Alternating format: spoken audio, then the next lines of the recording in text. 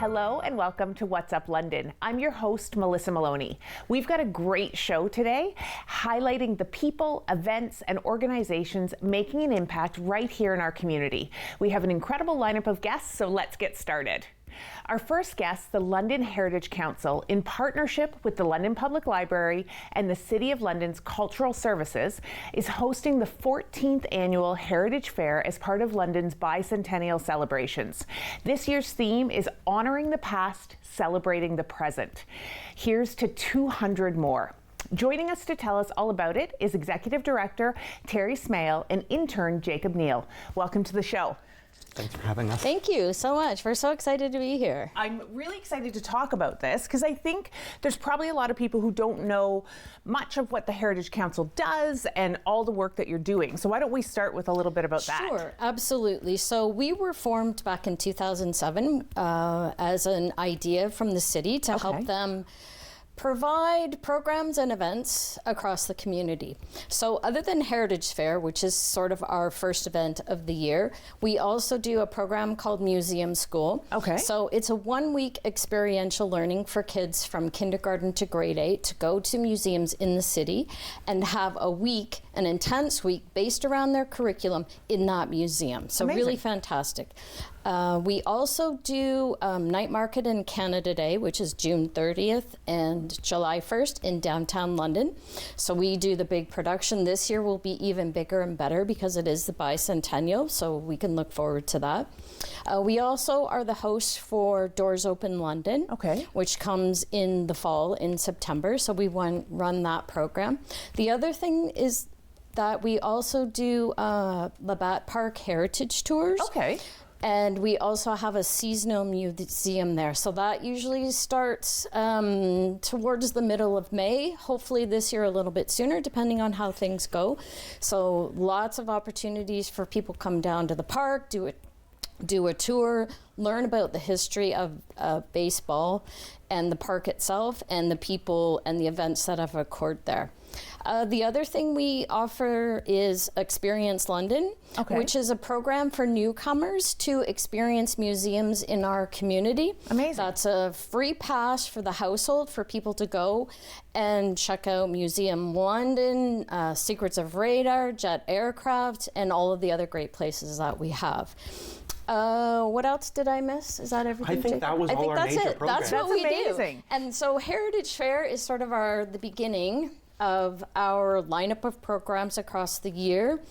And we're really excited about this year. We have some new vendors. It's going to be bigger and better because we are celebrating the bicentennial. Yes. So we want to make sure we give a shout out to the library because they have been our partner with us almost since the very beginning. Amazing. To provide this, they generously offer their space and their time and their expertise. And we're really excited to host the program there with them. In a couple of weekends. That's amazing. 100%. That's amazing. So Jacob, I know this has been sort of your project and something you've been working on since for your internship. So tell us a little bit about what's happening that day. Maybe we start with the day and the time. Definitely. So it's February 21st. It's from 10 a.m. to 3 p.m.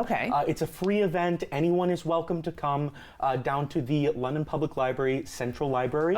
Obviously, like Terry said, we're so gratified for the help of the librarians and the London Public Library. They've been incredible partners. And we're really excited for the space. Amazing. It is such a great space. Yeah. And they do host such amazing events there. Yeah. So what are some of the things that people can expect if they participate in the day? So we have a number of activities. Our activity that we're running is something called the Time Traveler's Trail. Where people can visit all of our 42 vendors this year, go around and see their dates of inception. We have vendors at the event, community partners who have been around since 1 year after the settlement's founding. St. Paul's Cathedral was founded in 1827. And then we have local nonprofit organizations that were founded in 2023. So obviously we have 200 years of history to celebrate and honor. That's amazing. So who are you targeting for the event? Like, is it a family event? Is it for like everybody? Who do you anticipate coming to participate? To be honest, we want to encourage anyone and as many Londoners as possible to take an interest.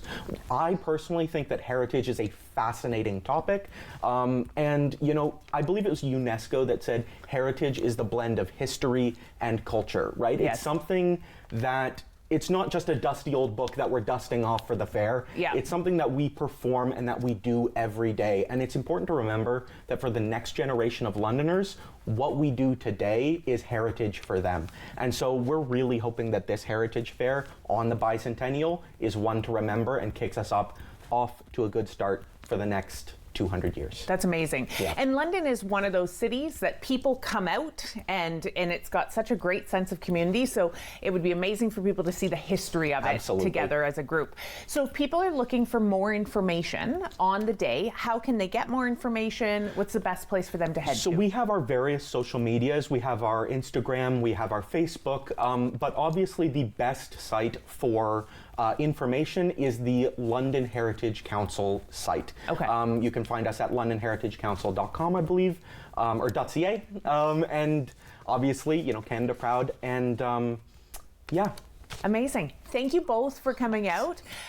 We can also call. We'll make sure to put all the contact information up on the screen, and really, really grateful. Thank you for sharing with us today. Thanks so much for having us. We'll be right back.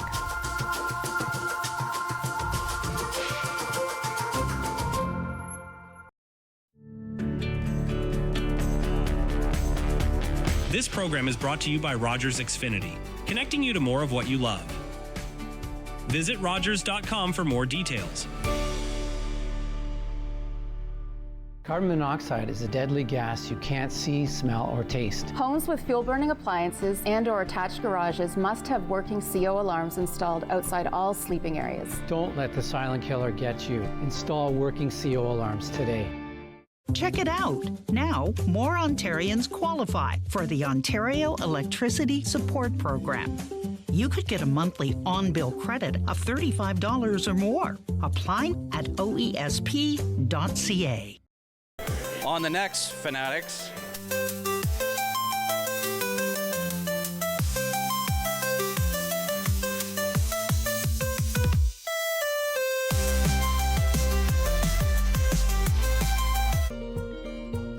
Hi, I'm Kathleen from Hiking with Kathleen.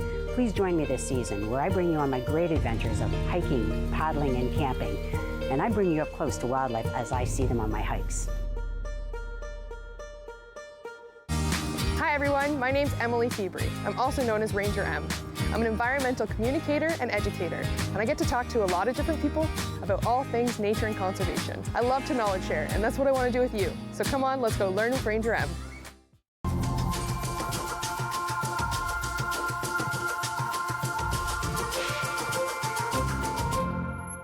Boys and Girls Club London are hosting their 4th annual Music and Meals fundraiser themed A Night in Havana, supporting the Supper Club Nutrition Program and the Digital Creative Arts Centre. The event takes place March 11th at London Music Hall with a reception and silent auction at 7 p.m. and the show starting at 8 p.m. Here to tell us all about it is Susanna Martinez, Manager of Fund Development with Boys and Girls Club of London. Welcome to the show, Susanna. Hi, Melissa. Thank you. Good to see you again.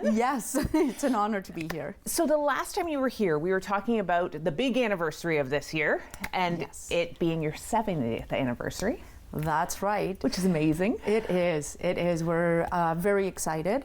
So all of during 2026, we are celebrating 70 years of serving the community, making dreams come true.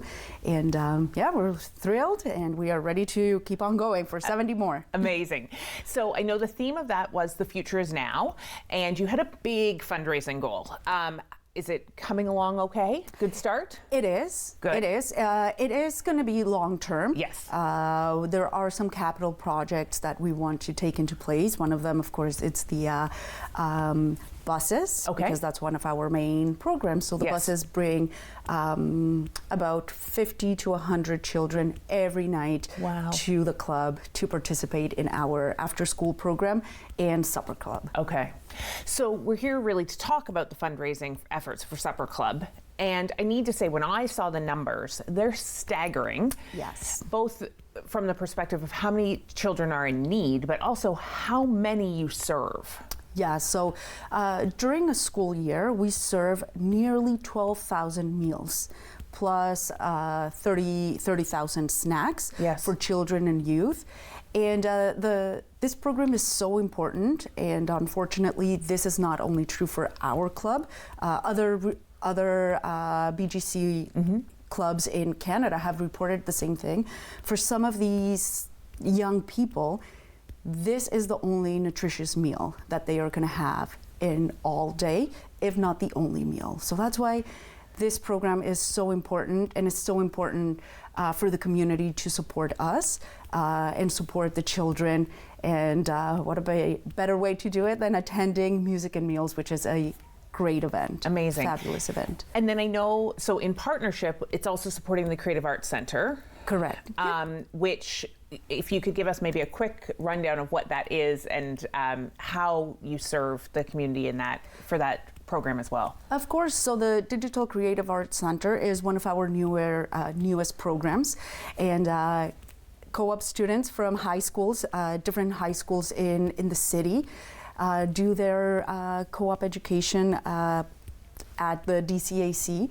And the best thing is that they get hands-on experience because they produce a lot of the marketing materials for our organization, and we also other organizations as well outside of our club, which is a great experience for them. And they get to do it in visual arts, so it's going to be graphic design, it's going to be videography, audio engineering, and coding. Amazing. So good. So the event, Havana themed, sounds very fun. So what can people expect that evening? So at Music and Meals is possible thanks to a partnership that we have with the Don Wright Faculty of Music. Okay. So the performers are the students who are going through their experiential learning program. Amazing. And they are absolutely amazing. And this year, they will be transporting us to Havana. So it's going to be Latin music. And of course, we're going to pair that with some delicious Latin food and whole decor. So you will be transported to a different place on March 11th at the London Music Hall. That's amazing. And do you have a fundraising goal for that evening? Yes, we want to raise $30,000. Okay, that's amazing. So where can people get tickets to participate in that event? Well, on our website. So just to make it easy, they can purchase tickets at bgcl.ca/music. Okay, perfect. So we'll make sure to put that up. And I know you have one other fundraiser happening right now, which is super exciting. Well, we're very excited because it's the first time that we are doing a 50-50 raffle. It's online. It just launched today. Amazing. And the draw is on St. Patrick's Day. That raffle is going to support our programming for older adults. Okay. Because we're the only club in all Canada that has also programming for older adults. So that's another area to support. And same thing, just go to our website and bgcl.ca. Amazing. /raffle. Thank you for all of the incredible work that you do for the community, and we will definitely make sure to get the word out about the event because it sounds so fun. It is. It is going to be a spectacular night. Amazing. Thank you so much for coming in. We'll see you soon. Thank you. We'll be right back.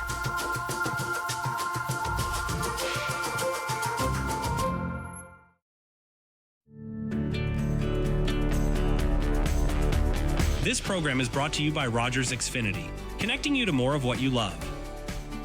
Visit Rogers.com for more details. Check it out. Now, more Ontarians qualify for the Ontario Electricity Support Program. You could get a monthly on-bill credit of $35 or more. Apply at oesp.ca. My name is Ryan Dyson, and I drive the number 28 Superstock at Delaware Speedway and across Ontario all summer long.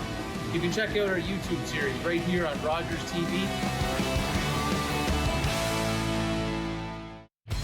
Wednesdays are for the Nationals. Watch live coverage of the London Nationals home schedule on Rogers TV. Catch the action Wednesday nights at 7 p.m.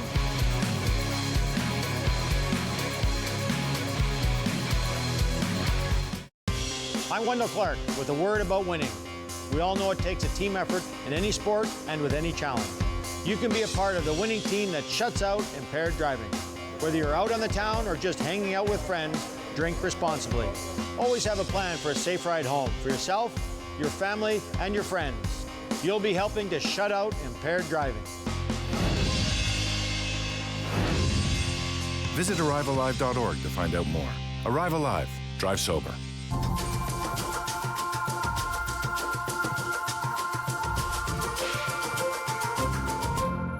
NovaSonix is transforming musculoskeletal imaging and with their innovative 3D ultrasound technology. And to talk about their experience as winners of last year's Polaris Pitch Competition hosted by Tech Alliance of Southwestern Ontario, Emily Lalonde, co-founder and senior advisor with NovaSonix, is here to tell us about her technology as well as the upcoming Polaris event for this year. Welcome to the show, Emily. Thank you. So I love always talking about how did NovaSonix start? Because that's always the most exciting thing to me. Absolutely. So I'm a professor at Western University, and so I'm an engineering professor. Okay. And I have another collaborator, Dr. Aaron Fenster, who's also a professor at Western. And we had 3 students that we were co-supervising. So he's sort of a 3D ultrasound expert. I'm sort of an MSK bone and joint researcher. So we came together. We had 3 students that did a master's degree with us. And then they decided they wanted to spin out a company. And so we thought that was a great opportunity, and so they won actually a contest from Bone and Joint Institute to raise money to initially incorporate as a company, and so that was in 2023. Okay. And so since then we've been working as a startup. Amazing. So what does NovaSonix do? So NovaSonix Healthcare is a medical imaging company, and so we are developing 3D ultrasound technology for bone and joint diseases. Okay. So bone and joint diseases are main cause of disability, and so this is only going to increase as we have aging population and as people stay active longer in their lives. And so normally they rely on X-ray or sometimes MRI if there's something like more soft tissue, but we are developing 3D ultrasound to bring bedside care to the patient and the clinician. So from what I understand, limited knowledge, that will help from, like, in terms of diagnosis being faster, more thorough diagnosis as well? Yes. So using X-ray, which has traditionally been used, you kind of just get the bone morphology. But ultrasound does allow you to get the soft tissue and the bony structures, and they can kind of see how these things interact together. And so the ultrasound also is really portable. So you can just wheel it into the patient. You can have your clinician, you can have your patient with the physical exam and look at the imaging right beside you. So we are hoping that it's going to actually improve or have more informed knowledge for the clinician as they're trying to assess, monitor, and treat MSK diseases. Okay, which is amazing. And just knowing how backed up some of the system is right now, and the time that it can take to get some of those assessments and the impact it has on lifestyle. Exactly, yes. Activities of daily living, disability, yes. Amazing. So I got to hear you pitch last year at Polaris because I was there. Yes. So what was that experience like for you? It was amazing. It allowed us to present in front of our local community. And so we did win that competition. And after we had several conversations with other investors and other technical experts in the community, and it was just so helpful to sort of give us the confidence that we were solving the right problem in the right way. Like, we are being really intentional with how we're developing the technology with clinicians. We're trying to make sure it fits in with the clinical workflow, and it's going to have such impact. And so giving that presentation and getting them the feedback really gave us the confidence to keep going on our journey. Amazing.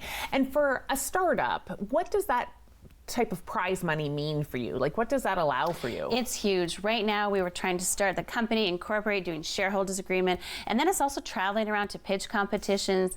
We are fundraising right now we're starting a pre-seed fundraising for basically a regulatory pathway. That's the next big thing we need to tackle so we can get our technology into market. But having that initial investment allowed us to do all those administrative things and kind of develop our pitch deck and participate in many, venture capitalist events so that we could actually get our name out there and really get some feedback. Amazing. So you're about to start your pre-seed round. Yes. So for those who maybe don't know what that means, could you give the simple version of what pre-seed means? Absolutely. So we're fundraising, and so we're looking for investors to invest into our company to give us some initial funding so that we can apply for FDA and Health Canada approval.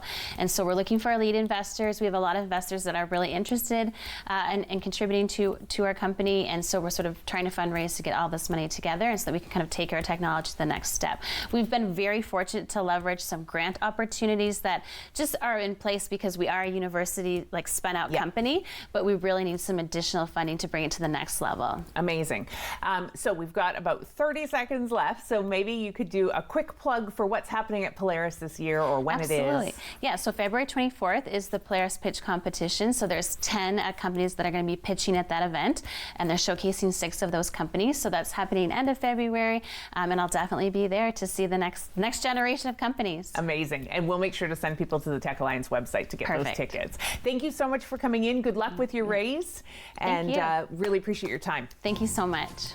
We'll be right back.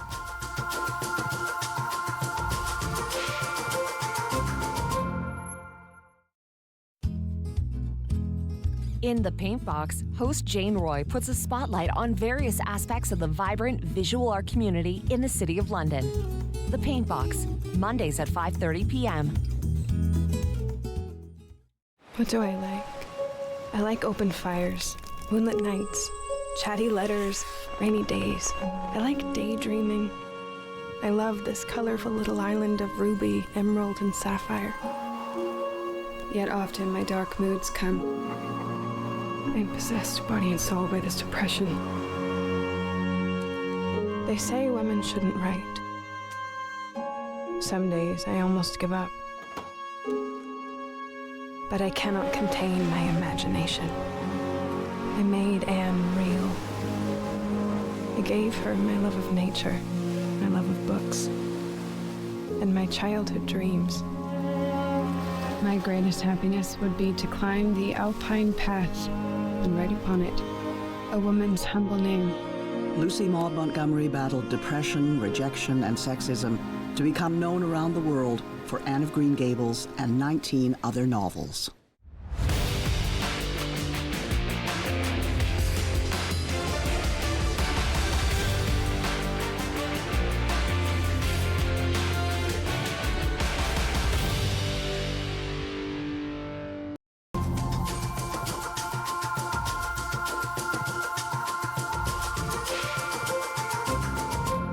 To wrap up today's show, we are excited to chat about the 5th annual Essence and Culture Awards, celebrating Black excellence and achievement across London and surrounding regions.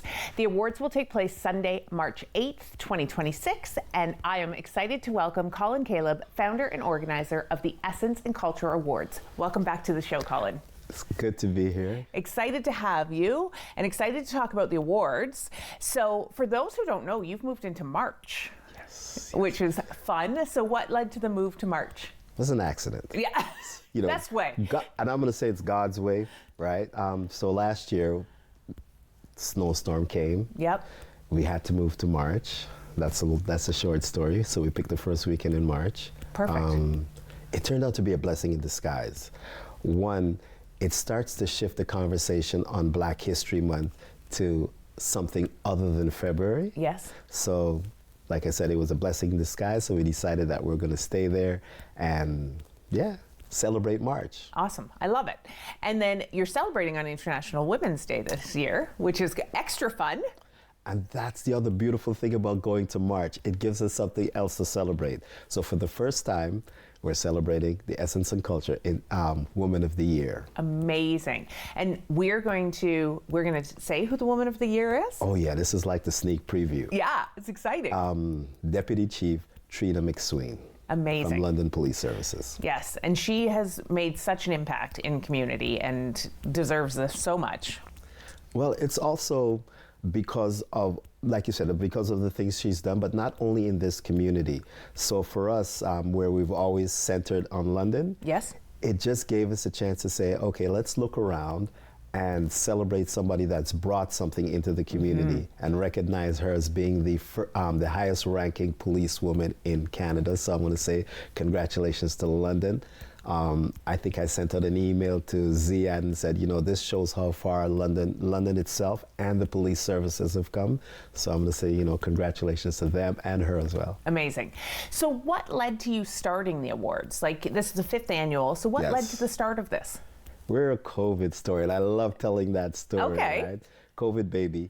Some of us were sitting down thinking, what could we do to uplift our community? So we had approached our board members, and they were made up of Angel from the Fix Hair Salon, Novelet from Up Like 7 Barbershop,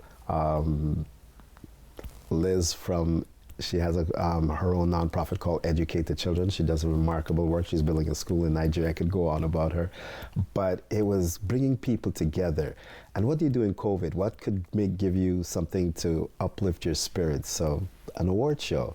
We said, let's look at all the people in the different communities. And when I say people, I'm going to say the Black communities, of which I've counted at least 17 countries. Let's see what they're doing in London. Let's recognize them. Let's bring it together in a day. Let's dress up. Let's go out. Let's have some great entertainment, and hence Essence and Culture Awards. I love it. And so you've got a couple new award categories this year as well. Yes, once again, it is the Essence and Culture Woman of the Year. I'm so loving that category. Yes. We've actually updated the community service categories. So what we did was we focused on events. The first of which, so many cultural festivals went on in the summer. So we said, hey, let's let London decide what was the best cultural festival that they went to. Yes. So I believe there was Afro Fest, there was Reggae Fest, there was Island Fest, and then there was another Afro Fiesta, I believe. Okay. So those are 4 in that category. And then in the community service category, what we did was we looked at the events that they did, right? And such as the London Black Historical Council, they had Emancipation Day. There was Up Like 7, they hold this great family barbecue it's part of like a Jamaica celebration, and free food, and also they give back to school supplies. Amazing. There was also another nonprofit called Jamaicans in London. We appreciate the work they did for hurricane relief. Yes. But they also did at the Wolf Performance Hall a Jamaica Independence Celebration Day. There is Mystery Furtado. She always does her runs, so type diabetes. So we just said, hey, let's put them all in a group. Let's see what people think about these events. Amazing, amazing. So as we wrap up, how can people get tickets to come and join the awards? Tickets are on sale at ecawards.ca. Okay. ecawards.ca/tickets. And is it everybody welcome? Kids, families, everybody? Everybody. 9 acts. It's a great community day. It's a great family day. 3:30 to 7:30, 3:30 to 4:30 is cocktails, 4:30 to 7:30 is the actual event. Amazing. Thank you so much for coming in and telling us all about it. I'm sure it's going to be amazing. It is. Thank you as well. And you know you're invited as well, too. I will do my best to be there. Okay. We'll see you soon. And that's today's episode of What's Up London.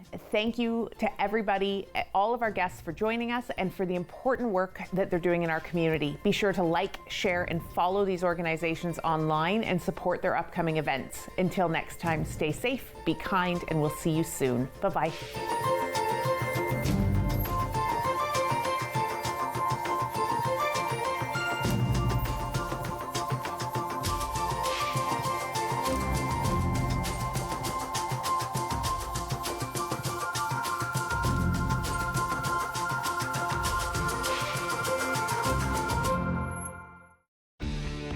Connect with us by visiting our website or email us at comments@rogerstv.com.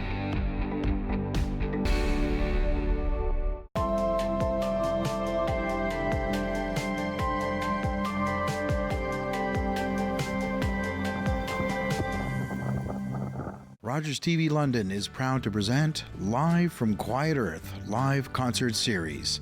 Tune in weekly when we present some of the best bands and musicians from our community performing live at Quiet Earth, a unique concert and event venue. Live from Quiet Earth is a production of Brent Jones and the Digital Creative Arts Centre at BGC London, in association with the Forest City London Music Awards and Rogers TV London. Summer days, summer nights, lots of things to do, places to go, and people to see. If you're having a few drinks, be sure to plan ahead and get home safely. We don't want